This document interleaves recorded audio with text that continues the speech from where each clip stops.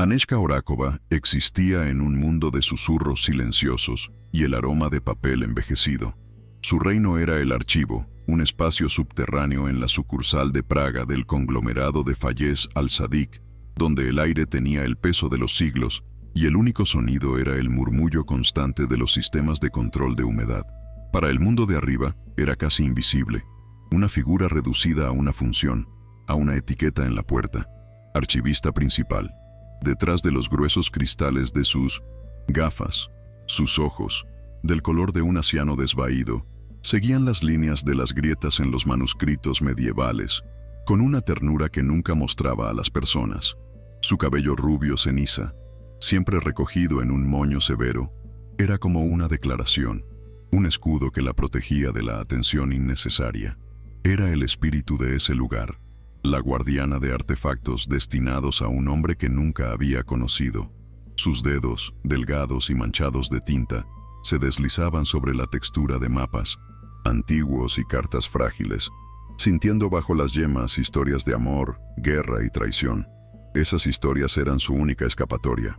En el silencio del archivo, entre el polvo que danzaba en los haces de luz que se filtraban por las ventanas altas, Aneshka se sentía segura. Aquí era más que un simple engranaje en una máquina. Era una intérprete del pasado, una sacerdotisa de relatos olvidados. Sin embargo, nadie conocía su verdadera pasión, el fuego que ardía bajo el manto de una precisión gris y burocrática. Era un secreto guardado con tanto celo como las colecciones más valiosas de Fayez al-Sadik. El peso de la responsabilidad era una sensación física que Aneshka llevaba sobre sus hombros como un invisible chal de lana, incluso en pleno verano. Cada mañana, al salir de su pequeño apartamento en Shishkov, dejaba atrás dos mundos que dependían exclusivamente de ella. El primero era el mundo de su abuela, que olía a infusiones de hierbas y ungüento de alcanfor, un mundo de manos temblorosas, que apenas podían sostener una taza y una tos silenciosa que resonaba en la noche. El segundo era el mundo de su hermano menor, Tomás, donde el aire vibraba con los sonidos del violonchelo. Su talento era un milagro, puro y poderoso, pero era un milagro con un alto precio. El sueño del Conservatorio de Viena era como una estrella lejana, y el salario de Aneshka era el telescopio a través del cual podían mirarla. Cada euro se contaba meticulosamente, cada gasto se analizaba. La alegría de comprar un nuevo libro de arte daba paso a la culpa de pensar que ese dinero podría haberse destinado a medicamentos para la abuela o a nuevas cuerdas para el instrumento de Tomás. Sus propios deseos, su sueño de ser curadora, de crear una exposición que contara una historia como ella la sentía, estaban encerrados en el cajón más profundo de su corazón. No solo era la guardiana de artefactos, sino también de las esperanzas de su familia. Este deber era su ancla y su jaula, y la conciencia de que no podía fallarles daba a su rutina diaria el rango de una misión sagrada, aunque desprovista de toda alegría. Fayez al-Sadik era en su vida una presencia casi mítica, una fuerza abstracta que moldeaba su realidad a través de correos electrónicos breves y sin emociones. Su nombre en la pantalla del ordenador tenía la nitidez y la frialdad del acero. Era el soberano de un imperio lejano que nunca había visto, un dios de un Olimpo digital que lanzaba órdenes desde los cielos de Abu Dhabi. Sus mensajes aparecían sin previo aviso, siempre concisos y precisos, exigiendo atención inmediata. Verificar la procedencia, enviar la valoración antes del final del día, asegurar el objeto, organizar el transporte. No había lugar en ellos para la cortesía, para palabras como por favor o gracias. Solo existía la función y la expectativa de su ejecución impecable. Aneshka lo imaginaba como un hombre construido con los mismos materiales que sus rascacielos: vidrio, acero y hormigón. Un arquitecto, desalmado de destinos, para quien ella y su conocimiento eran simplemente otro activo en su cartera, algo para catalogar y utilizar. Esta deshumanización era un veneno sutil y diario. Ella examinaba para él objetos llenos de pasiones humanas, cartas de amor escritas con mano temblorosa, retratos en los que el artista había capturado el alma del modelo, y luego los reducía a datos secos para un hombre que probablemente nunca sentiría su peso en las manos. Era la paradoja definitiva de su existencia. rodeada de belleza e historia, servía a un poder que solo veía en ellas un valor monetario. Ese día, sobre su escritorio, descansaba un retrato en miniatura de la época Biedermeier, encerrado en un marco ovalado de marfil.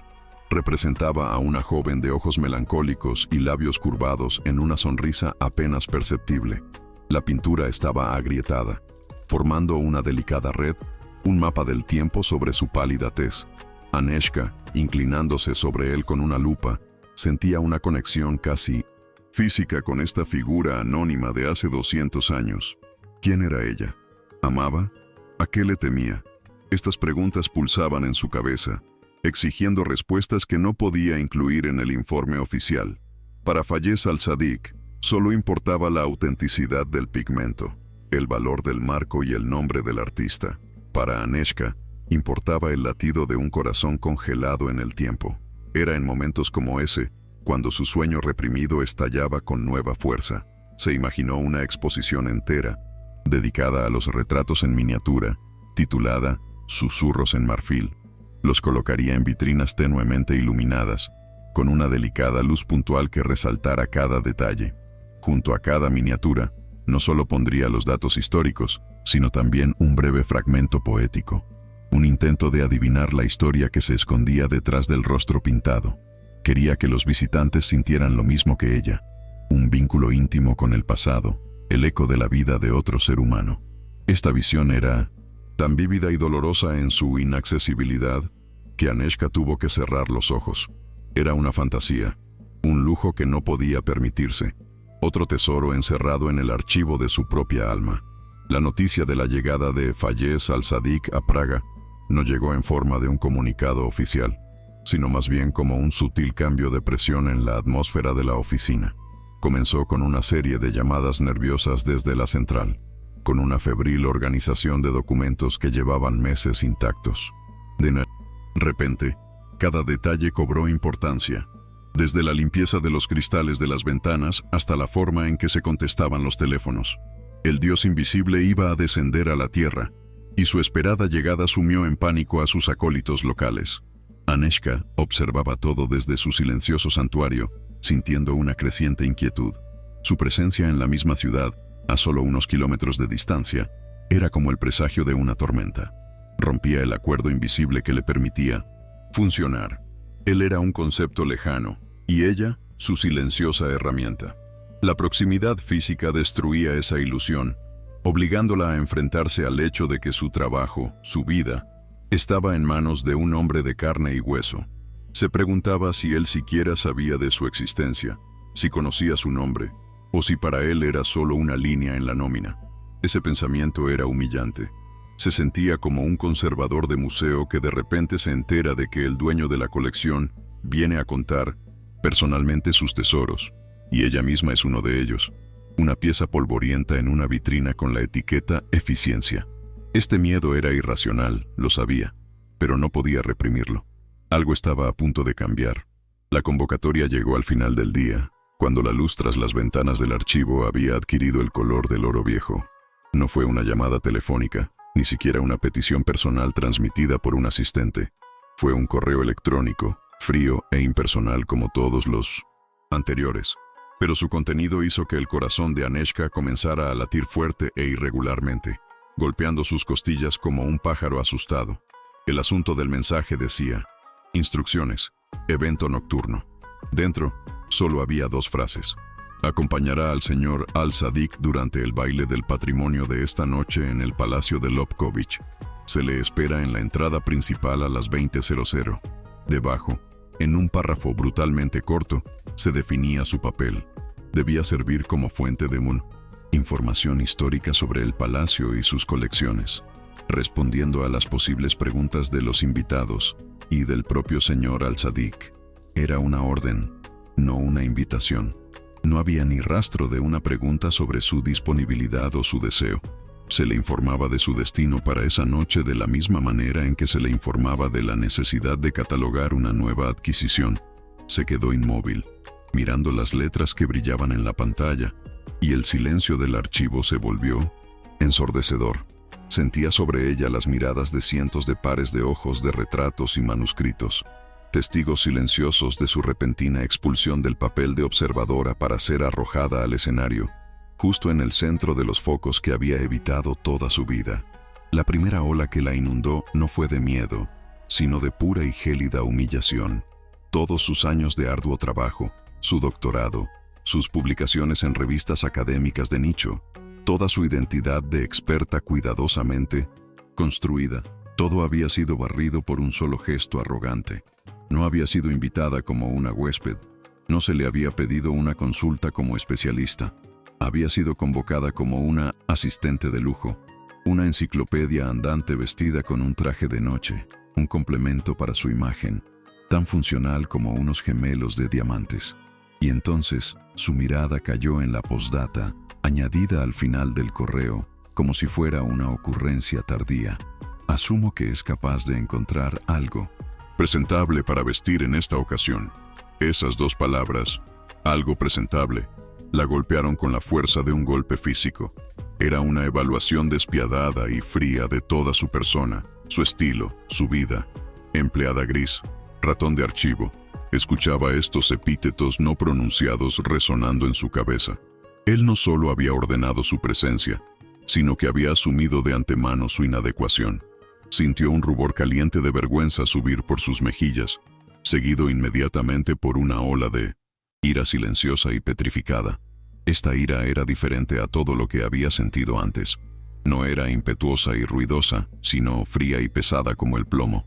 Era la ira de un ser cuyos límites habían sido traspasados de la manera más fundamental. Le habían quitado no solo el derecho a elegir, sino también su dignidad. Se levantó de su escritorio, y el movimiento fue increíblemente lento y metódico, como si su cuerpo tuviera que reaprender a moverse en esta nueva y humillante realidad. Apoyó las manos en 1909, la fría superficie de la mesa de roble, sintiendo bajo sus dedos la solidez de la madera que contrastaba con el caos en su interior. Miró por la ventana el cielo de Praga que se oscurecía, los tejados de las casas que se sumían lentamente en la penumbra. Y entonces, en ese momento de silencio absoluto, tomó una decisión. No fue una decisión heroica, tomada en un arrebato de rebelión. Fue una decisión pragmática, nacida del instinto de supervivencia. No podía negarse. Perder este trabajo significaba el fin de los sueños de Tomás y una amenaza para la salud de su abuela. Pero tampoco iba a someterse a ese papel sin luchar. Si iba a ser una pieza de exhibición, se convertiría en una que él nunca olvidaría. Si quería que fuera su adorno, se convertiría en un adorno tan deslumbrante que lo cegaría con su resplandor. Esto no sería una capitulación, sería un acto de subversión. El desafío había sido lanzado, y ella, Aneshka Orakova, la archivista gris, acababa de aceptarlo. Su mente, acostumbrada a analizar estrategias históricas, comenzó a trabajar a toda máquina, planeando su propia pequeña batalla. Sacó el teléfono y sus dedos, que hasta hace un momento temblaban, ahora estaban sorprendentemente firmes mientras marcaban el número guardado como Katarzyna, Berlín.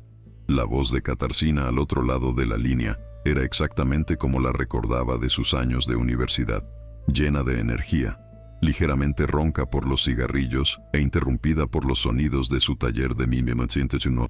Fondo. Era la voz de alguien que diseñaba el futuro, mientras Aneshka catalogaba el pasado. Cuando Aneshka, tratando de que su propia voz sonara tranquila y profesional, le contó la absurda exigencia de su jefe, hubo un momento de silencio en el teléfono. Aneshka contuvo la respiración, temiendo una risa o lástima. En su lugar, escuchó un gruñido bajo y gutural de diversión. Así que ese príncipe del petróleo piensa que puede comprar a la intelectualidad de Praga por una noche y vestirla con cualquier cosa, preguntó Katarzyna, y en su voz había una nota de alegría combativa. Escucha, Aneshka, esto no es un problema, es una oportunidad, es un escenario, y tú serás la estrella. Katarzyna entendió de inmediato lo que Aneshka apenas comenzaba a comprender. No se trataba solo de un vestido, se trataba de un manifiesto. Era la oportunidad de mostrar quién era la mujer que habían ignorado tan arrogantemente. «Tengo algo para ti», continuó la diseñadora, y su voz se aceleró. «Ha estado esperando a la persona adecuada. Un prototipo de mi última colección. Se llama Melancolía. Te lo enviaré por un mensajero en moto. Estará contigo en 2 horas. Confía en mí. Esta noche no vas a catalogar la historia. Vas a crearla.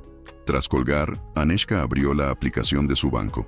Ver el saldo fue como una ráfaga de aire helado. La cantidad que tenía que transferir a Katarzyna por el alquiler del vestido y el mensajero express representaba una parte considerable de los ahorros destinados a la matrícula de Tomás.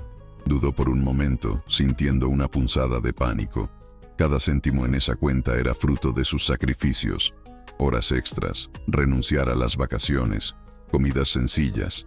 Era el fondo para los sueños de su hermano, sagrado e intocable. Y ahora iba a mermarlo por una sola noche, para satisfacer su orgullo herido. ¿Valía la pena? Miró su reflejo en la pantalla oscura del ordenador. Vio un rostro cansado, el pelo severamente recogido, unas gafas que actuaban como un muro. Se dio cuenta de que no se trataba solo de orgullo, se trataba de recuperarse a sí misma, de demostrar, no a él, sino a sí misma, que la mujer del reflejo no era la versión definitiva de Aneska Orakova, que bajo esa capa de deber y fatiga todavía existía una persona que podía luchar, que tenía un valor más allá de su función en la corporación. Era una inversión no en un vestido, sino en su dignidad. Con el pulgar tembloroso, confirmó la transferencia.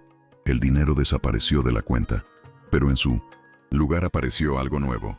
Una inquietante pero también emocionante sensación de libertad. Esa noche, sacrificó una parte del futuro de su hermano para recuperar un trozo de su propio presente. Antes de continuar con esta conmovedora historia, hagamos una breve pausa. La historia de Aneska toca el tema universal de ser subestimado y la lucha por la propia dignidad. ¿Alguna vez se han sentido obligados a demostrar su valía a alguien que no los apreciaba? Compartan sus reflexiones en los comentarios. Cada opinión es increíblemente valiosa para nosotros y construye esta comunidad única. Si esta historia resuena con ustedes, suscríbanse a nuestro canal y asegúrense de hacer clic en la campanita. Es la única manera de no perderse las próximas historias transformadoras que creamos especialmente para ustedes.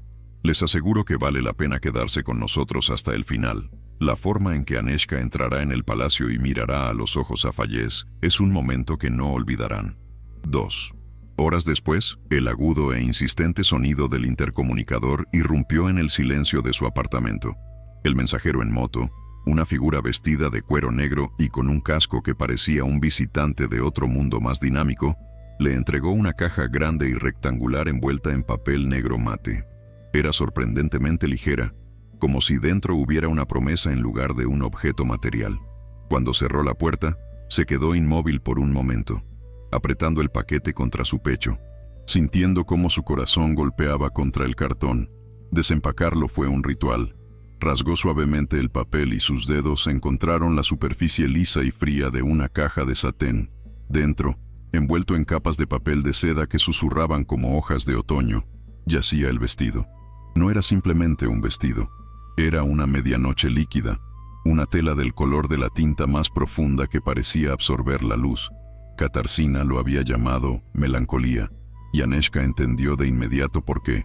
Tenía la tristeza y la belleza de las antiguas ciudades europeas al atardecer, la dignidad y la fuerza ocultas en la oscuridad.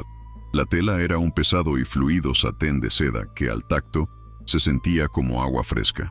El corte era engañosamente simple, mangas largas y ajustadas, un escote barco que revelaba sutilmente las clavículas y una falda que caía libremente, creando pliegues suaves y esculturales. Era una creación a la vez modesta y audaz, un arma forjada en seda. Frente al espejo del dormitorio, el único espejo grande de todo el apartamento, Aneska se enfrentó a su yo actual. La mujer que la miraba estaba cansada. Todavía llevaba la ropa de trabajo, una falda gris sencilla y una blusa blanca que había perdido su frescura después de todo el día. Su rostro estaba pálido, casi transparente, y bajo sus ojos había sombras violáceas, recuerdos de noches en vela pasada sobre libros o junto a la cama de su abuela. El moño severo, su escudo diario, le tensaba la piel de las sienes, dándole a su rostro una expresión de tensión perpetua. Las gafas, aunque necesarias, creaban una barrera, permitiéndole mirar el mundo mientras se escondía de él. Esa era ella, Aneshka Orakova, archivista, hermana, nieta. Una mujer definida por sus roles y responsabilidades, cuya propia identidad se había desdibujado bajo su peso. Esa era la mujer que Fayez al-Sadiq quería ver, la que esperaba. Alguien a quien se podía ignorar fácilmente, pasar por alto, reducir a una función. Al mirar su reflejo, sintió una ola de resignación familiar, pero esta vez había algo más, una chispa de rebelión.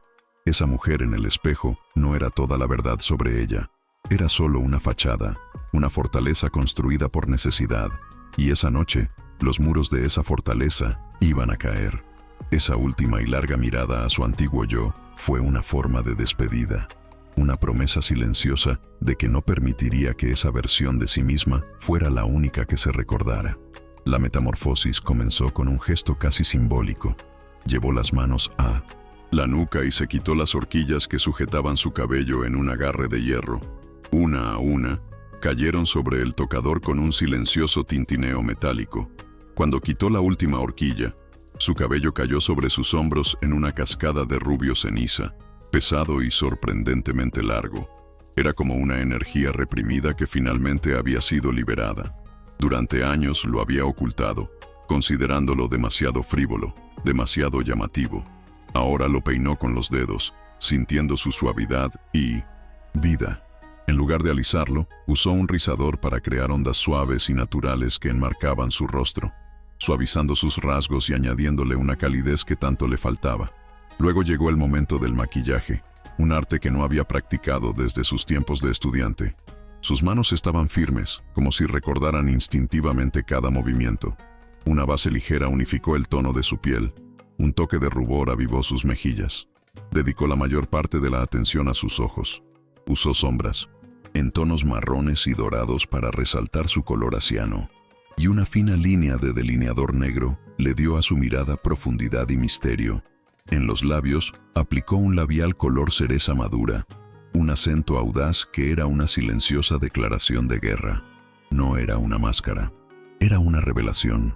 Sacar a la luz esa versión de sí misma que siempre había existido, pero que estaba demasiado asustada o demasiado cansada para mostrarse.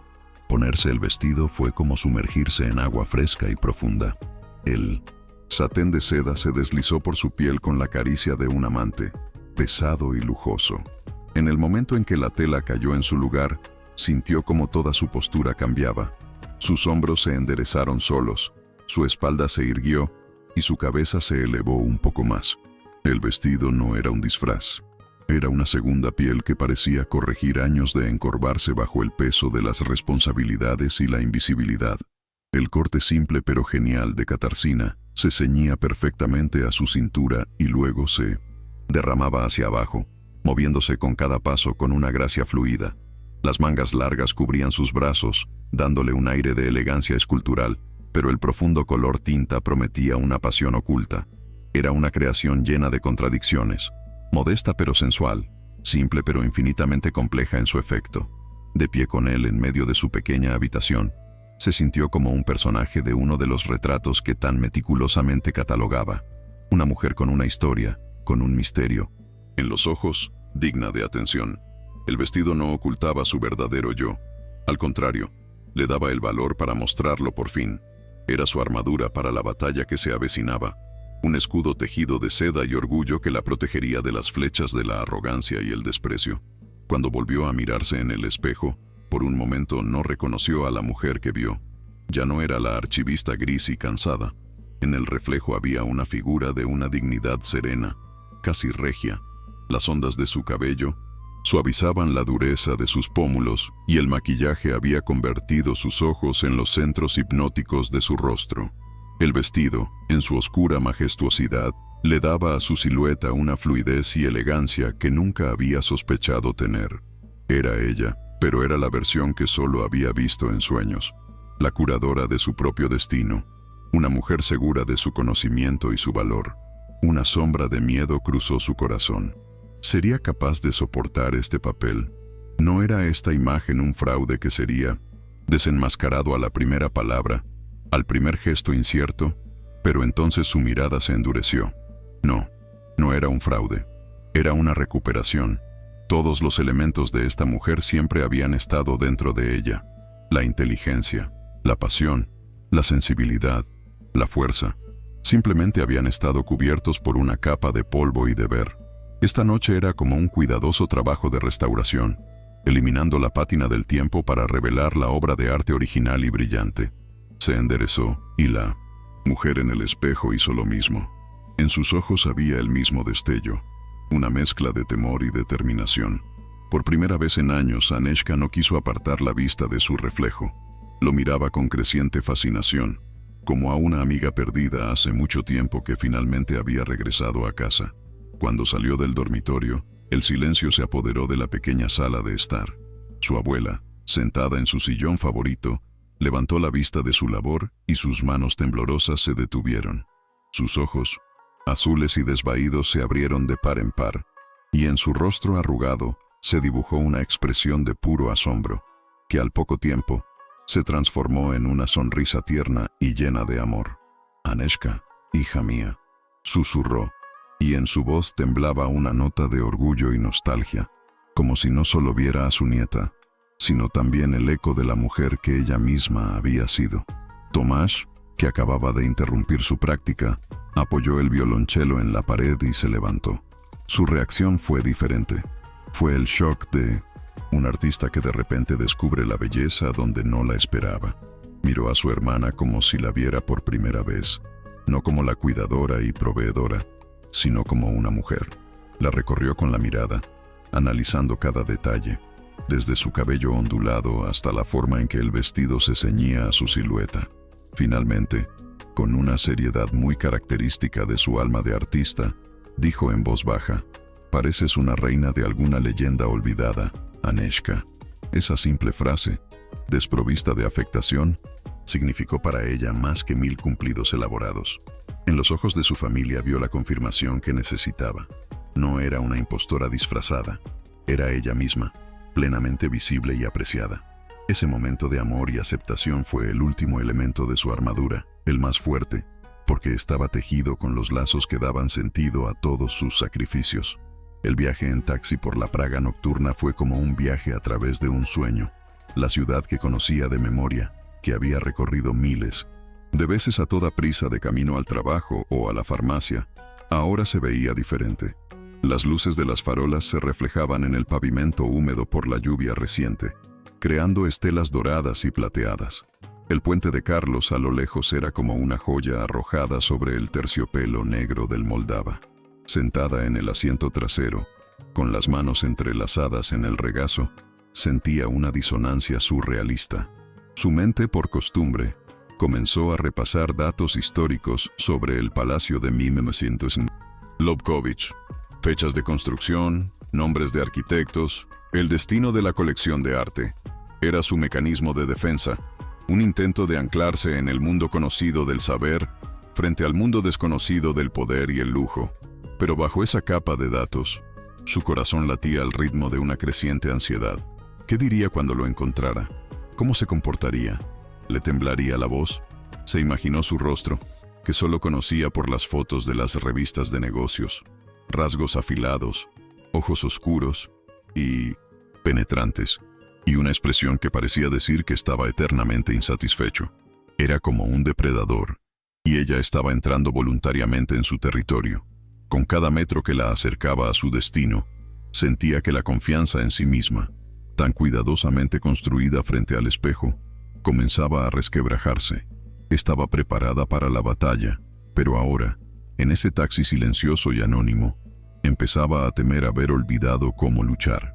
El taxi redujo la velocidad y luego se detuvo en una fila de limusinas de lujo y coches deportivos que se acercaban lentamente al pórtico iluminado por cientos de luces del palacio de Lobkovich. La vista era imponente. La majestuosa fachada del edificio renacentista, erigida sobre la colina del castillo, parecía tocar las estrellas. De las puertas abiertas llegaban los sonidos apagados de un cuarteto de cuerda y el murmullo de gente elegantemente vestida. Hombres con smoking y mujeres con vestidos que valían más que su salario anual bajaban de Minonoson. sus vehículos con una naturalidad que demostraba su pertenencia a ese mundo. Aneshka sintió una repentina y paralizante opresión en el estómago. Esto era un error. ¿Qué hacía ella aquí? Era una impostora, un ratón de archivo vestido con plumas de pavo real. Cada gesto, cada palabra, delataría su origen. Quiso decirle al taxista que diera la vuelta, que la llevara de regreso a su mundo seguro y silencioso de libros y polvo.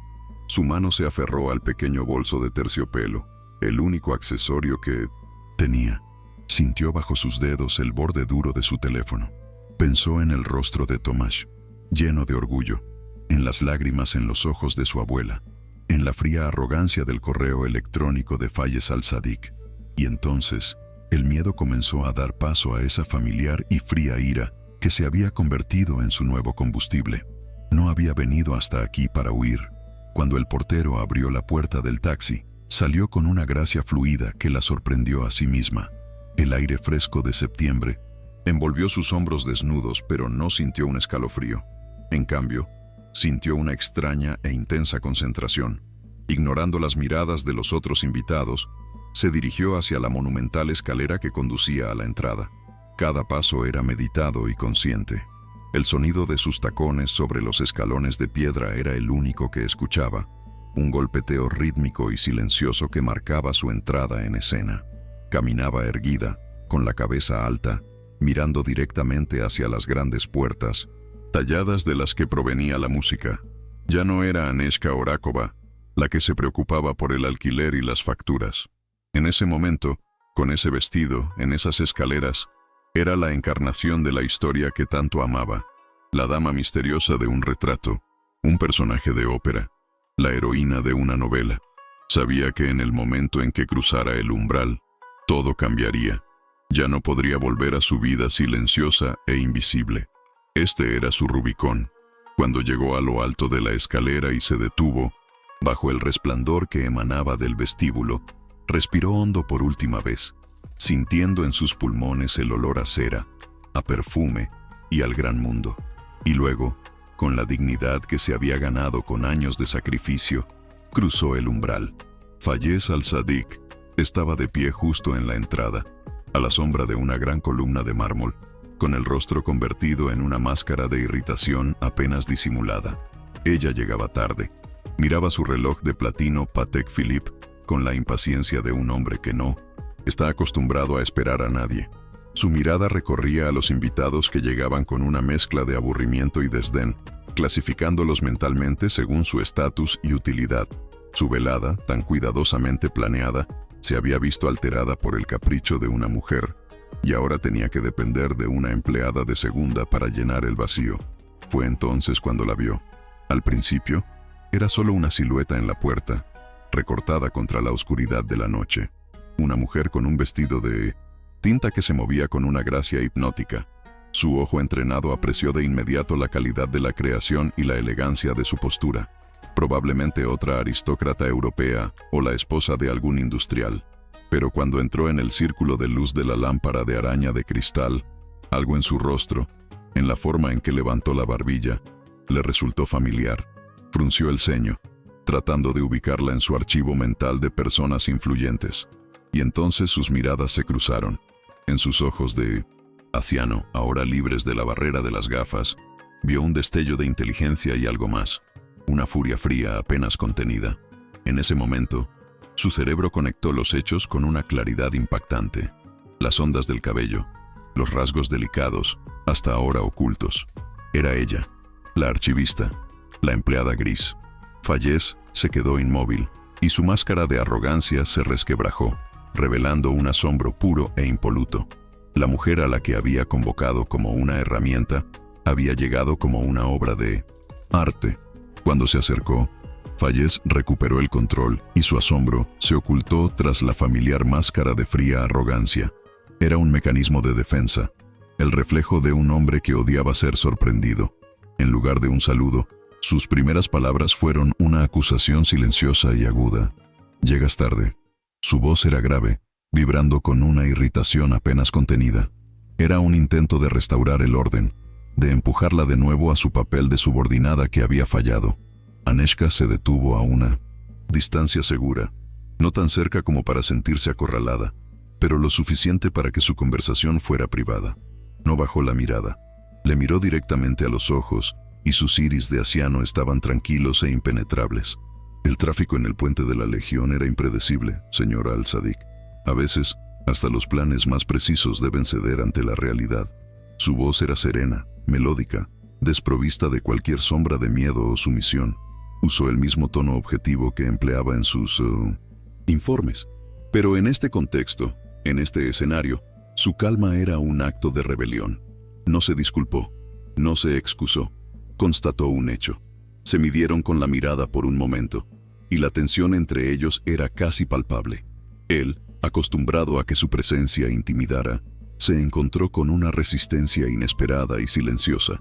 Ella, acostumbrada a ser invisible, se encontraba por primera vez a plena luz, negándose a hacer una reverencia.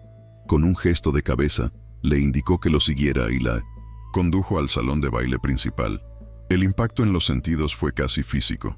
La luz de miles de cristales que colgaban de lámparas doradas se reflejaba en espejos, mármoles y diamantes, creando un resplandor cegador y vibrante. El aire estaba denso por la mezcla de los perfumes más caros, el olor a cera, champán y manjares exquisitos. El murmullo de cientos de conversaciones en al menos 5 idiomas se fusionaba con la música de Mozart, creando una cacofonía de riqueza. Aneeshka se sintió como un buzo que emerge de repente de las profundidades silenciosas y oscuras a la superficie de un océano deslumbrante y ruidoso. Instintivamente, quiso retroceder, volver al silencio y al orden de su archivo, pero se obligó a mantenerse erguida, y su mirada, en lugar de pánico, expresaba una curiosidad fría y analítica. Este era el mundo para el que trabajaba. Estas eran las personas cuyos deseos satisfacía su conocimiento. Los observó con la distancia de un historiador que estudia una civilización extraña. Vio gestos destinados a subrayar el estatus, sonrisas que eran transacciones, conversaciones que eran negociaciones. Era una jungla vestida de seda y smoking, y ella, por primera vez, no era su víctima, sino una observadora silenciosa, protegida por su extraordinaria armadura y su recién encontrada valentía. No habían pasado ni 5 minutos cuando se les acercó un hombre mayor de porte aristocrático y un monóculo en el ojo. Fayez lo presentó como el barón von Kessler, un conocido coleccionista alemán. Tras un breve intercambio de cortesías, Fayez, probablemente queriendo probar la utilidad de su nueva asistente, señaló el techo ricamente decorado. El barón estaba admirando estos frescos. «Háblenos de ellos, señorita Horakova». Era una orden, un examen público. Aneeshka dirigió su mirada a las pinturas barrocas. Hubo un momento de silencio, y Fayez sintió una punzada de triunfo, pensando que la había intimidado. Pero ella simplemente estaba ordenando sus pensamientos. Cuando comenzó a hablar, su voz era baja pero tan clara y segura que el barón y varios invitados cercanos se callaron de inmediato. Comenzó a hablar en alemán, con fluidez y sin acento. No recitaba datos secos. Contaba una historia. Habló del joven artista italiano traído a Praga, de su rivalidad con los maestros locales, del simbolismo oculto de los ángeles que tenían los rostros de las amantes del aristócrata que financió el palacio. Su mano se alzó y, con un gesto delicado y preciso, señaló un detalle que nadie había notado. Un pequeño perro escondido en una esquina del fresco. Un símbolo de fidelidad que pretendía ser un comentario irónico sobre la vida disoluta del mecenas. El barón von Kessler escuchaba con la boca abierta, y su monóculo casi se le cae del ojo. Fayez estaba a su lado, completamente desconcertado. La pasión en su voz y la profundidad de su conocimiento eran algo que nunca había experimentado al leer sus informes impersonales. Después de que el barón, encantado, se retirara prometiendo buscarla más tarde para continuar la conversación, Fayez miró a Aneeshka de una manera diferente por primera vez. La observó mientras se mezclaba con una gracia casi imperceptible en otro grupo de invitados. Vio como el embajador francés, conocido por su esnobismo intelectual, la involucraba en una conversación, y ella, sin la menor vacilación, cambió a un francés fluido, citando un fragmento de un poema de Verlaine para ilustrar su punto. Notó cómo la gente, especialmente los hombres, primero la miraban por su belleza, pero al poco tiempo comenzaban a escuchar con genuino interés, atraídos no por su apariencia, sino por la fuerza de su mente. Su sistema interno para categorizar a las personas, tan fiable durante años, había fallado por completo. ¿Dónde debía ubicarla? No encajaba en ninguna casilla. No era ni una subordinada, ni un adorno, ni una posible amante. Era algo completamente nuevo, un fenómeno inquietante.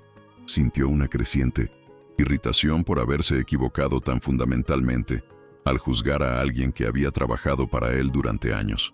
Sin embargo, esta irritación estaba teñida de un sentimiento nuevo y desconocido para él, una fascinación a regañadientes. La mujer que consideraba una parte gris y predecible de su máquina resultó ser su elemento más brillante, impredecible y, lo peor de todo, independiente. En un momento dado, de pie sola junto a una ventana con vistas a la iluminada Praga, Anežka sintió una repentina punzada de realidad. Los sonidos del cuarteto de cuerdas se acallaron por un instante, y en esa breve pausa escuchó en su cabeza otra melodía, un fragmento de una sonata de Brahms que Tomás llevaba semanas practicando, luchando con un pasaje difícil. Pensó en él, en su rostro decidido y sus dedos deslizándose por las cuerdas. Pensó en su abuela, que probablemente dormitaba ahora en su sillón, con su labor inacabada en el regazo. Este mundo de lujo, ostentación y poder estaba tan alejado de su vida real que se sintió como un fantasma, una viajera en el tiempo que por un momento había aterrizado en otra época. Vio a una mujer con un collar de diamantes que reía de forma cristalina y se preguntó si alguna vez se había preocupado por si le alcanzaría el dinero para los medicamentos hasta fin de mes. No era envidia, era más bien un profundo sentimiento existencial de alienación, un recordatorio del abismo que separaba su mundo del de Fayez al-Sadik. Este baile era solo una representación, un papel que interpretaba durante unas horas. Mañana por la mañana volvería a ser la archivista que cuenta cada corona. Este pensamiento no la debilitó, al contrario, la ancló, le recordó por qué estaba luchando, y le dio la determinación de aprovechar al máximo esa noche única y extraordinaria, porque sabía que podría no tener otra oportunidad igual. Más tarde, en la biblioteca del palacio, donde los invitados podían admirar parte de la colección, se encontró en un pequeño grupo que rodeaba a un italiano de pelo cano, el profesor Moretti, un legendario historiador de arte de Florencia. Discutían sobre un retrato renacentista de una joven, atribuido oficialmente a un discípulo de Tiziano. Anežka, escuchando los argumentos del profesor, notó un detalle que los demás habían pasado por alto: la forma en que estaba pintado el encaje del puño del vestido. Con una seguridad tranquila, intervino en la conversación, dirigiéndose al profesor en italiano. «Profesor, con todo respeto, pero las pinceladas en este fragmento no recuerdan más al estilo de Sofonisba Anguissola». El profesor Moretti arqueó las cejas, inicialmente con irritación porque alguien se atreviera a interrumpirlo, pero luego con intriga. Anežka continuó, describiendo con pasión la técnica única de la pintora, su sutil uso del claroscuro y la profundidad psicológica que daba a sus modelos. Se desató un animado debate académico. Fayez, que estaba al margen entendiendo cada palabra, fue testigo de un espectáculo extraordinario. Vio a su archivista, la mujer de los informes secos, defender su tesis con fuego en los ojos y la precisión de un cirujano frente a una de las mayores autoridades en la materia. El profesor Moretti, aunque no le dio la razón de inmediato, la miraba con creciente admiración.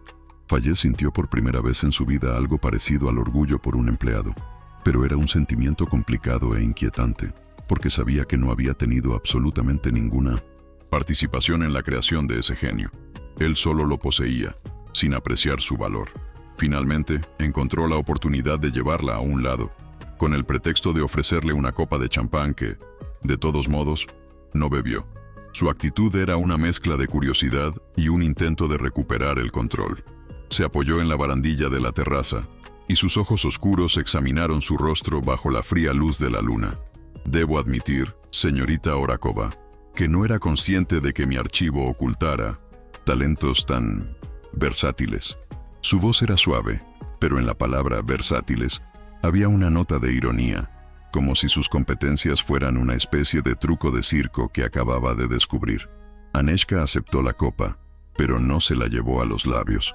Sus dedos rozaron suavemente el cristal frío, y su mirada era tan tranquila y directa como antes. Quizás el contenido del archivo es más valioso de lo que sugiere su sistema de catalogación, señor Al-Sadiq. La respuesta fue inmediata, precisa, y dio justo en el blanco. No levantó la voz, no usó un tono acusador. Usó su lenguaje profesional común, el lenguaje de archivos, recursos y valoraciones, para declararle la guerra. El subtexto era obvio. Tú creaste el sistema que me redujo a un número de inventario. No te sorprendas de no haber notado el valor de la pieza en sí. Fayez sintió una punzada, como si hubiera sido alcanzado por la hoja de una daga pequeña, pero increíblemente afilada. Por primera vez en la conversación, fue él quien apartó la mirada primero. Permanecieron uno al lado del otro en silencio, contemplando los jardines del palacio bañados por el resplandor de la luna. Los sonidos del baile les llegaban apagados, como música de otro mundo. Este silencio era diferente a todos los que habían compartido hasta entonces. Ya no era el silencio entre un jefe todopoderoso y su empleada invisible, lleno de órdenes no dichas y sumisión silenciosa. Era un silencio cargado de tensión, denso de sobreentendidos y preguntas que flotaban en el aire. Fayez, un hombre que odiaba el vacío y siempre necesitaba llenarlo con su voluntad, por primera vez se sintió inseguro en el silencio. Estudió su perfil a hurtadillas, la línea de su mandíbula, el delicado arco de su nariz, la forma en que un mechón de pelo le caía sobre la mejilla. Intentó conectar esa imagen con la de la mujer que había visto en las fotos de identificación de la empresa, severa, inexpresiva, con gafas. Esas dos personas no podían ser el mismo ser. Se dio cuenta con una claridad impactante de que durante todos esos años no había sabido absolutamente nada de ella. No conocía el color de su voz cuando hablaba con pasión. No conocía el brillo de sus ojos cuando defendía su opinión. No conocía la fuerza que se escondía detrás de su fachada silenciosa y profesional. Ese silencio fue para él un espejo en el que no la vio a ella, sino su propia y colosal ignorancia. Su silencio fue interrumpido por una pequeña conmoción cercana. Una mujer mayor, la esposa del embajador de Austria, tropezó en un escalón irregular de la terraza, y su pequeño bolso, incrustado de perlas, cayó al suelo, esparciendo su contenido.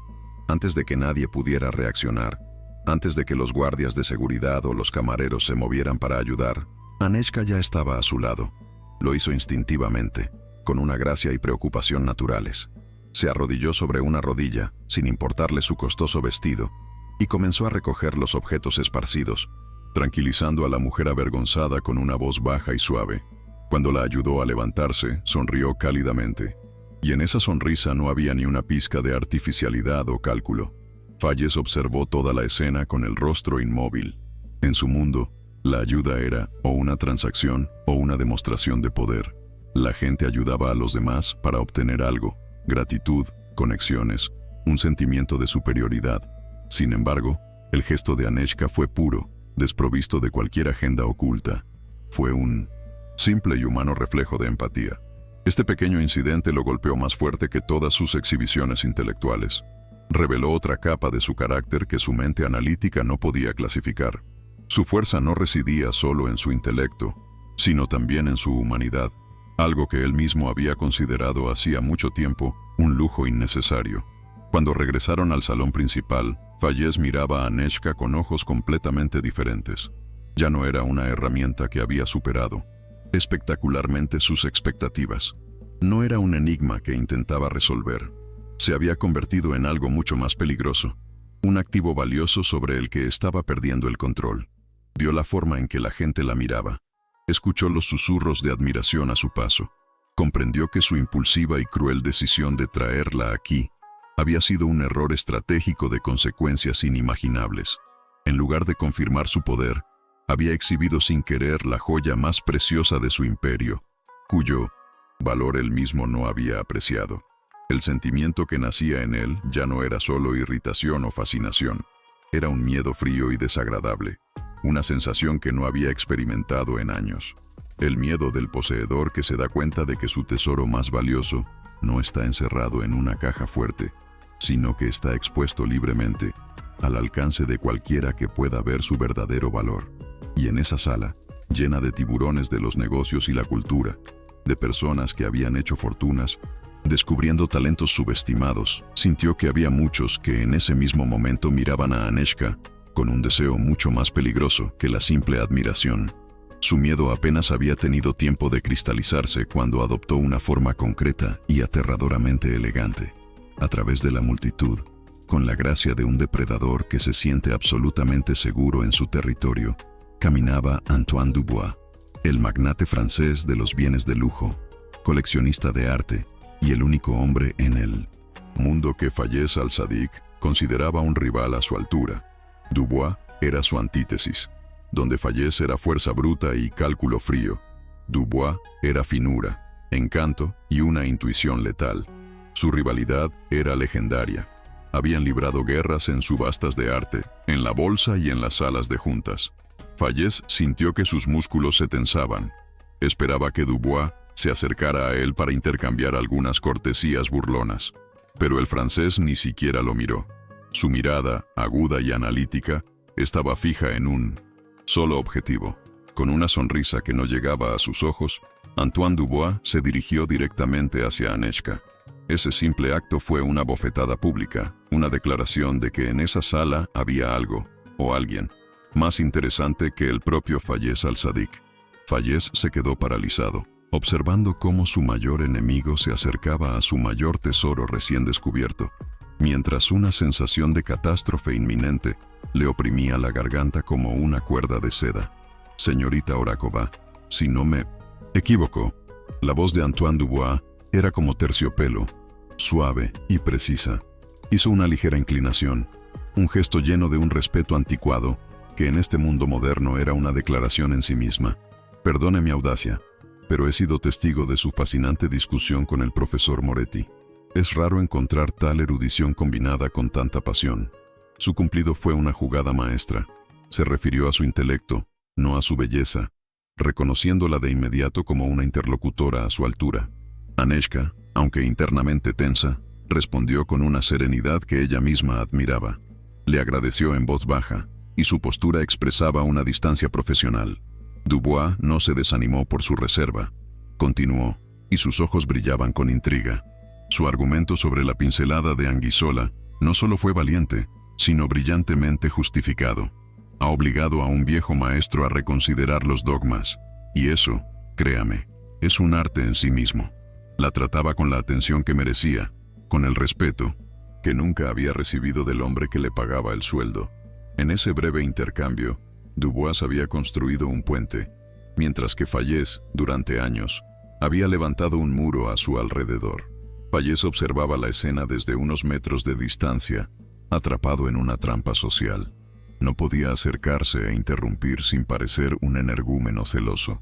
Solo podía quedarse allí y mirar cómo su rival, sin esfuerzo, encantaba a la mujer que él mismo había tratado como un mueble. Vio cómo la tensión en 1910. El rostro de Aneshka daba paso lentamente al interés, mientras Dubois la sumergía en una conversación sobre arte. Vio cómo le brillaban los ojos cuando hablaba de algo que amaba, con alguien que lo entendía y apreciaba plenamente. Por primera vez en su vida, Fayez sintió algo parecido a los celos, pero eran unos celos complejos y multidimensionales. No eran los celos de un hombre por una mujer, eran los celos de un soberano que ve a su general más talentoso manteniendo una conversación amistosa con el comandante del ejército enemigo. Eran los celos de un coleccionista que ve a un experto admirar su cuadro más valioso y subestimado, conociendo su verdadero valor. Cada sonrisa que Dubois provocaba en su rostro era para Fayez un insulto personal, un doloroso recordatorio de su propia y catastrófica arrogancia. Quería borrar esa sonrisa, llamarla al orden, mostrarle a todos a quién pertenecía, pero no podía. Solo podía mirar, y su impotencia era para él una experiencia nueva y humillante. La pasión es el recurso más valioso, señorita Orakova. Más valioso que el petróleo o los diamantes, porque no se puede extraer, solo se puede descubrir, dijo Dubois, y su voz bajó, adquiriendo un tono conspirador. Desde hace varios años trabajo en un proyecto, una cruzada personal, si lo prefiere. Estoy construyendo un museo privado en Mónaco, dedicado íntegramente al arte creado por mujeres a lo largo de los siglos, desde Artemisia Gentileschi hasta Tamara de Lempicka y artistas contemporáneas. Mientras decía esto, observaba atentamente su reacción. Vio lo que esperaba. Un fuego se encendió en sus ojos. Ya no era solo una conversación educada. Él hablaba su idioma. Hablaba de su sueño más secreto, de un proyecto que ella misma podría haber concebido en sus fantasías más audaces. Fayez, que se había acercado lo suficiente para oír cada palabra, sintió cómo se le formaba una bola de hielo en el estómago. Conocía ese proyecto. Dubois llevaba meses comprando obras de arte, con una agresividad inusitada, y el objetivo de esa operación era uno de los secretos mejor guardados del mundo del arte. Y ahora, aquí, en este salón de baile, su mayor rival revelaba sus cartas, y no lo hacía ante inversores o periodistas, sino ante su archivista. Fayez comprendió que esto ya no era solo una conversación, era un reclutamiento. Antoine Dubois se inclinó ligeramente y su mirada se volvió intensa. No vine aquí esta noche buscando un director para mi museo. Estaba convencido de que tendría que asumir yo mismo ese papel durante el primer año. Pero después de oírla hoy, comprendí que cometería un error imperdonable si no le hiciera esta oferta. Hizo una pausa, permitiendo que el peso de sus palabras calara por completo en Aneshka. Señorita Orakova, me gustaría ofrecerle oficialmente el puesto de directora general y curadora principal del Musée Dubois en Mónaco. Le ofrezco total libertad para dar forma a la colección, un presupuesto para nuevas adquisiciones que superará sus expectativas más audaces, y un salario que le permitirá olvidar todas sus preocupaciones financieras por el resto de su vida. La oferta quedó suspendida en el aire, vibrante y poderosa. Era como un hechizo mágico que en un instante podía cambiar toda su vida. No era una propuesta de trabajo, era una invitación a otro mundo. Era la realización de un sueño que ni siquiera se atrevía a pronunciar en voz alta. Era la llave de la jaula de oro que le entregaba en bandeja de plata el mayor rival de su opresor. Todo lo que había deseado, todo por lo que había trabajado tan duro y a lo que había renunciado, se le ofrecía en un momento sobrecogedor. El mundo de Aneshka se detuvo. Los sonidos de la música, el murmullo de las conversaciones, todo se fundió en un ruido lejano y sin sentido. Solo oía las palabras de Antoine Dubois, que resonaban en su cabeza. Directora, Mónaco, total libertad. Su mente, normalmente tan ordenada y analítica, se sumió en el caos. Ante sus ojos, aparecieron imágenes. Tomás entrando por la puerta del Conservatorio de Viena con una sonrisa. Su abuela en una clínica privada con los mejores cuidados imaginables. Ella misma de pie en una sala de museo vacía, planeando su primera exposición, tocando obras de arte que ella misma había elegido y comprado. Todos sus sacrificios, todas sus humillaciones, todas sus plegarias silenciosas, de repente encontraban su respuesta. Pero justo después de la ola de alegría eufórica, llegó una ola de fría sospecha. ¿Por qué ella? ¿Por qué ahora? Sentía la mirada de Fayez al-Sadik sobre ella, sin necesidad de mirarlo. Sabía que formaba parte de un juego, un peón en el enfrentamiento de dos titanes. ¿Era sincera la oferta de Dubois? ¿O era simplemente una jugada cruel, destinada a humillar a su rival? Y ella, una vez cumplido su papel, ¿sería descartada? Miró al francés, buscando en sus ojos algún rastro de falsedad, pero solo vio una fría admiración profesional. Esta oferta, aunque nacida de la rivalidad, parecía aterradoramente real. En el momento en que Fayez escuchó la palabra directora, sintió un frío físico que recorrió sus venas, congelándolo por dentro. Era ese miedo frío y paralizante que su instinto había predicho. Observó el rostro de Aneshka, vio la conmoción, la incredulidad y luego, lo peor de todo, la chispa de una esperanza auténtica e irrefrenable. Y entonces lo entendió.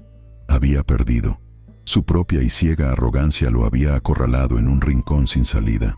Durante años había poseído un diamante, pero lo había tratado como un simple trozo de cristal, guardándolo en un archivo polvoriento. Solo cuando él mismo, en un acto de orgullo insensato, lo expuso a la luz, su brillo fue percibido por alguien que reconoció de inmediato su verdadero valor. Esta humillación era peor que perder millones en la bolsa.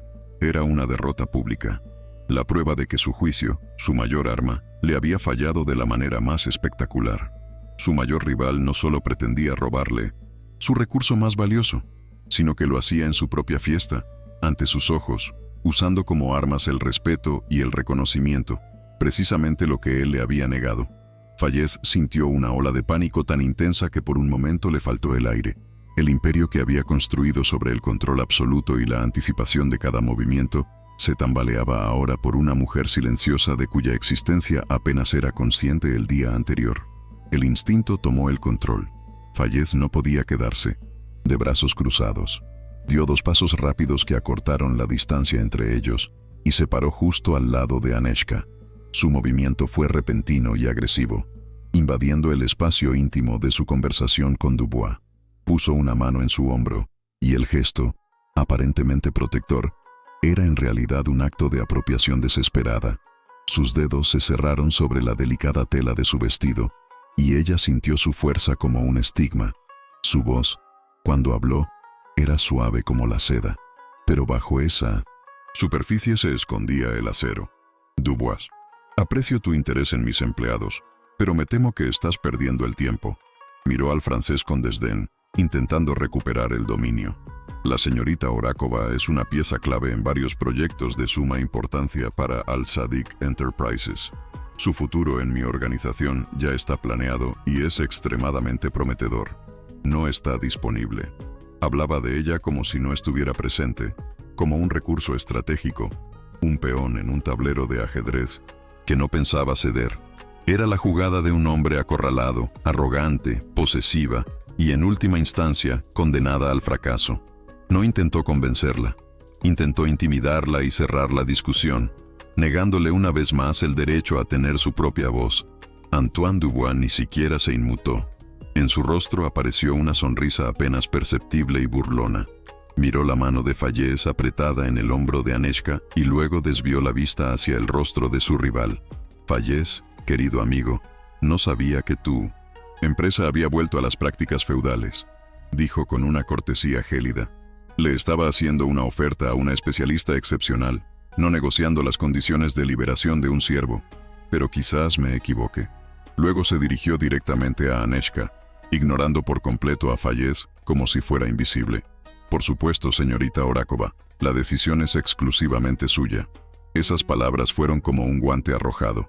Dubois, un maestro del juego psicológico, en una sola frase, había expuesto la brutalidad del gesto de Fayez y había devuelto todo el poder a las manos de Aneshka. Creó un escenario en el que los 2 hombres más poderosos de la sala esperaban su veredicto. La convirtió no en el objeto de la disputa, sino en la juez. Aneshka se encontraba entre ellos, sintiendo el peso de la mano de Fayez en su hombro y la mirada intensa y expectante de Dubois. El aire a su alrededor se espesó, cargado de amenazas no dichas, promesas y años de odio mutuo entre los 2 magnates. Y ella estaba en el epicentro de esa tormenta. En ese momento de tensión absoluta, Aneshka hizo algo inesperado. En lugar de encogerse bajo el peso de la mano de Fayez, levantó lentamente su propia mano y, con delicadeza pero con firmeza, retiró los dedos de él de su hombro. No fue un gesto violento ni dramático. Fue tranquilo, meditado y definitivo. Un acto de emancipación silenciosa que, en ese silencio, resonó más fuerte que un grito. Luego se giró, no para mirar a Fayez, sino a Antoine Dubois. Su rostro estaba sereno, y en sus ojos ya no había rastro de conmoción ni de esperanza. Solo había una reflexión fría y clara. Señor Dubois, su oferta es extraordinaria. Es un honor con el que ni siquiera me atrevía a soñar. Su voz era estable, cada palabra cuidadosamente medida. Sin embargo, como sin duda comprenderá, una decisión de esta magnitud requiere consideración. No puedo darle una respuesta en este momento. Después, por primera vez desde su intervención, miró a 1900 Fayez. Su mirada estaba vacía, desprovista de emoción, como si mirara a un extraño. Debemos terminar nuestras obligaciones de esta noche, señor Al-Sadiq. En una sola jugada maestra había recuperado el control. No aceptó la oferta, pero tampoco la rechazó. Puso a ambos hombres en un estado de incertidumbre, obligándolos a esperar su decisión. Dejó de ser un peón. Acababa de anunciar al mundo entero que, a partir de ahora, ella era la reina. El resto de la velada transcurrió en una atmósfera de suspensión surrealista. Aneshka, con un profesionalismo impecable, continuó desempeñando su papel. Guió a pequeños grupos de invitados por la biblioteca. Habló de manuscritos raros con la misma pasión que antes, pero ahora en su voz resonaba una nueva e intangible nota de autoridad. Era cortés pero distante, moviéndose entre el lujo como un fantasma, presente en cuerpo, pero con el espíritu ya en otro lugar. Fayez no se apartó de su lado. Era como una sombra, silencioso y oscuro, y su presencia era pesada y opresiva. Ya no intentaba dirigirla, en cambio, la observaba con una atención tenaz, casi desesperada, como si intentara memorizar cada gesto, cada palabra, tratando de entender qué había perdido antes incluso de perderlo. Antoine Dubois, desde su lugar al otro lado del salón, de vez en cuando levantaba su copa hacia ella en un gesto mudo de reconocimiento. Era un cazador paciente que había tendido su trampa y ahora esperaba que la presa cayera en ella por sí misma. El salón de Pinot-Bentenson, baile, que una hora antes había sido para Aneshka un escenario intimidante, ahora se había convertido en su reino. Era ella, la silenciosa archivista, quien dictaba las condiciones invisibles, y los dos jugadores más poderosos del continente contenían la respiración, esperando su próximo movimiento. El viaje de vuelta en la limusina estuvo sumido en un silencio denso, casi sofocante. El coche se deslizaba sin ruido por las calles desiertas de Praga, y el único sonido era el suave murmullo del motor. Fayez estaba sentado frente a ella, su rostro una máscara impenetrable en la penumbra. No habló durante un largo rato, y Aneshka sentía su mirada sobre ella, pesada y escrutadora. Finalmente, cuando el coche pasaba junto al iluminado Teatro Nacional, habló con la voz anormalmente controlada. Dubois juega a un juego peligroso. Utiliza a las personas como peones para lograr sus objetivos. Empezó atacando a su rival, intentando desacreditar su oferta. Luego pasó al contraataque. Tu trabajo en Praga es seguro. Te lo garantizo. Es más, estoy dispuesto a crear un nuevo puesto para ti. Subdirectora de colecciones europeas. El doble de sueldo. Un presupuesto propio. Es mucho más de lo que ese advenedizo puede ofrecerte. Su propuesta era puramente transaccional. Era un intento de comprar su lealtad, de tasar su valor en dinero y estatus. Seguía sin entender. Pensaba que el problema era el precio, no la fundamental falta de respeto. No le ofrecía reconocimiento, le ofrecía una correa de oro, un poco más larga y cómoda que la anterior, pero una correa al fin y al cabo. Aneshka escuchó su oferta sin interrumpir, con el rostro sereno. Cuando terminó, guardó silencio por un momento, dejando que sus palabras flotaran entre ellos en toda su patética inadecuación. Cuando finalmente habló, su voz era baja, pero cada palabra era como un diamante tallado con precisión, pequeño, pero capaz de cortar el cristal. Durante 5 años tuvo mi lealtad, señor Al-Sadiq. Tuvo mi conocimiento, mi pasión y mi total dedicación. Trabajé para usted los fines de semana. Pasé noches en vela. Renuncié a mi propia vida para proteger y ampliar su colección. Lo miró, y en sus ojos no había ira, solo una tristeza inmensa y tranquila. Y usted nunca se dio cuenta. Para usted era invisible, una función, una entrada en una hoja de cálculo.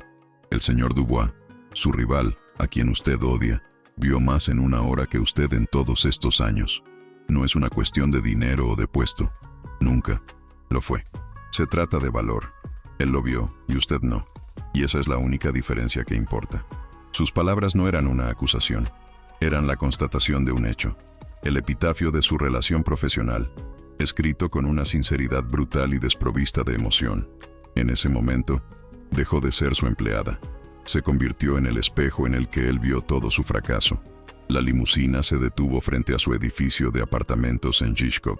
El edificio, con su fachada ligeramente desconchada y sus ventanas sencillas, era como un barco de otra época que hubiera atracado por casualidad junto a un yate de lujo. El contraste era brutal y revelador. El conductor bajó para abrirle la puerta, pero Fayez permaneció dentro, inmóvil. Vio cómo Aneshka bajaba del coche, y su vestido de tinta rozaba por un instante la acera sucia. Se giró y le hizo un ligero gesto con la cabeza, una despedida final y fría, y luego desapareció en el oscuro portal del edificio. Fayez se quedó mirando esas puertas cerradas mucho, después de que la luz de la escalera se apagara. Por primera vez, comprendió plenamente que ella tenía su propia vida, una vida de la que no sabía absolutamente nada. Se imaginó su apartamento, su familia, sus preocupaciones diarias, todo lo que conformaba a la mujer a la que había humillado tan irreflexivamente y que luego había intentado retener tan desesperadamente. Se dio cuenta de que en realidad nunca había luchado por ella, sino por el reflejo de su propio poder. Y ella, al marcharse, no solo se llevaba su conocimiento y su talento, se llevaba la llave de una parte de su imperio que él nunca había sido capaz de abrir, la que se construye sobre el valor humano y no sobre el dinero. El coche se alejó y se sintió como si acabara de autorizar la peor transacción de su vida. Al entrar en el apartamento, Aneeshka sintió un alivio inmediato. El bullicio y el brillo del baile se desprendieron de ella como un abrigo, reemplazados por el silencio familiar y reconfortante. El aire olía a manzanilla y a sábanas viejas. Desde el pasillo llegaban los suaves ronquidos de su abuela. Se quitó los tacones, sintiendo el bendito contacto de sus pies descalzos con el frío suelo de madera. En su habitación, a la luz de una lámpara de noche, se quitó lentamente el vestido. Ahora era solo una creación de seda, hermosa, pero desprovista de su poder mágico. La verdadera transformación había ocurrido dentro de ella, no sobre ella. Vestida con una simple camiseta de algodón y pantalones de pijama, se acercó al espejo. La mujer que la miraba ya no era ni la archivista gris ni la deslumbrante dama del baile. Era alguien intermedio, alguien nuevo. En sus ojos todavía había cansancio, pero ahora se mezclaba con una fuerza recién descubierta. Alrededor de su boca ya no había tensión, sino una sombra de serena determinación. Era el rostro de una mujer que había mirado al abismo de su propia impotencia y había encontrado en él el valor, que había sido reducida al papel de un objeto y lo había utilizado para convertirse en el sujeto de su propio destino. Esa noche no había conseguido un príncipe, ni había ganado un cuento de hadas. Había ganado algo mucho más valioso, a sí misma. Y esa victoria era definitiva e irrevocable. La decisión no se tomó en una noche. Maduró en ella durante una semana, en la que Aneeshka vivió en una extraña suspensión. Iba a trabajar, catalogaba artefactos, respondía a correos electrónicos, pero lo hacía todo con una sensación de distancia, como si observara su vida desde fuera. La oferta de Antoine Dubois yacía sobre su escritorio, impresa en un papel grueso y de color crema, como un documento de otra dimensión. Ya no era solo una propuesta de trabajo, era la línea divisoria entre su antigua y su nueva vida. Finalmente, una noche, sentada junto a la cama de su abuela y escuchando a Tomás practicar al otro lado de la pared, comprendió lo que debía hacer. Su sacrificio había llegado a su fin. Durante años había construido un bote salvavidas para ellos, renunciando a sus propios deseos. Ahora, el destino le había ofrecido un barco de lujo con espacio para todos. Aceptar esa oferta no era un acto de egoísmo, sino el acto definitivo de amor y responsabilidad. Era la oportunidad de darle a su hermano las alas con las que soñaba y a su abuela la paz y la seguridad que merecía. Su propio sueño, el de ser curadora y crear exposiciones, era un maravilloso extra, una recompensa que finalmente se permitía merecer. La decisión no le trajo euforia, sino una paz profunda y serena. Sabía que extrañaría Praga, el olor de los libros antiguos, pero también sabía que a veces, para salvar las raíces, hay que trasplantar el árbol entero a un suelo nuevo y más fértil. Presentó su renuncia en persona. Solicitó una reunión con Fayez al-Sadik y, para su sorpresa, él aceptó de inmediato. Su oficina, en el último piso de un rascacielos de Praga, estaba decorada en un estilo minimalista y brutalista. Enormes ventanales ofrecían una vista panorámica de la ciudad, que a sus pies parecía una maqueta. Fayez estaba sentado detrás de un escritorio de mármol negro, con el rostro indescifrable. Aneeshka, vestida con un sencillo pero elegante vestido, colocó un sobre blanco sobre el escritorio. No dijo nada. Esperó. Fayez no abrió la carta. Sabía lo que había dentro. La miró durante un largo rato, y en sus ojos había algo que nunca antes había visto en él, una sombra de respeto a regañadientes. Dubois no es un hombre en el que se pueda confiar. dijo en voz baja, en lo que fue su último e inútil intento de retenerla. La confianza es algo que hay que ganarse, señor Al-Sadiq, respondió ella con calma. Y yo, sobre todo, confío en mí misma. En esa respuesta se resumía toda su transformación. Fayez comprendió que ya no le quedaban argumentos. Ninguna cantidad de dinero, ningún puesto podía competir con lo que ella había ganado esa noche. Una fe inquebrantable en su propio valor. Él asintió con la cabeza, y ese simple gesto fue su capitulación. «Le deseo suerte, señorita Orakova». Eso fue todo. Se despidieron en silencio, no como empleador y empleada, sino como dos potencias que acababan de concluir unas negociaciones en las que él había perdido de forma irrevocable. 6 meses después, Fayez Al-Sadiq se encontraba en un archivo recién adquirido en Lisboa. Un joven y algo asustado archivista le mostraba un portulano del siglo XVI, hablando con pasión de su historia. Fayez escuchaba, realmente escuchaba, no lo interrumpía, no lo apuraba. Cuando el joven terminó, Fayez no preguntó por la valoración ni por la estrategia de seguridad. Hizo una sola y simple pregunta. ¿Qué cree usted que sentía el cartógrafo al dibujar estas tierras desconocidas? ¿Miedo o emoción? El joven archivista lo miró con asombro, y luego una amplia sonrisa apareció en su rostro y comenzó a hablar, esta vez no como un empleado, sino como un apasionado. Fayez no se había convertido en otra persona. Seguía siendo un hombre de negocios despiadado. Pero esa noche en Praga había aprendido algo fundamental. Había perdido un diamante porque no supo distinguirlo del cristal. Esa lección le había costado una fortuna, pero se había grabado en su alma. Desde entonces, comenzó a mirar a las personas no solo a través del prisma de su utilidad, sino también a través del prisma de su pasión oculta e invaluable. Esto no lo convertía en un buen hombre, solo lo convertía en un jugador más inteligente y peligroso, que había entendido que los mayores tesoros de su imperio no estaban en cajas fuertes, sino en los corazones y las mentes de las personas que empleaba.